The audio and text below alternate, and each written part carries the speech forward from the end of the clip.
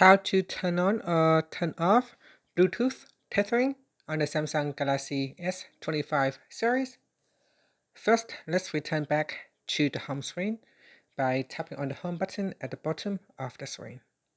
Now from the home screen, swipe down at the top, then tap on the settings icon.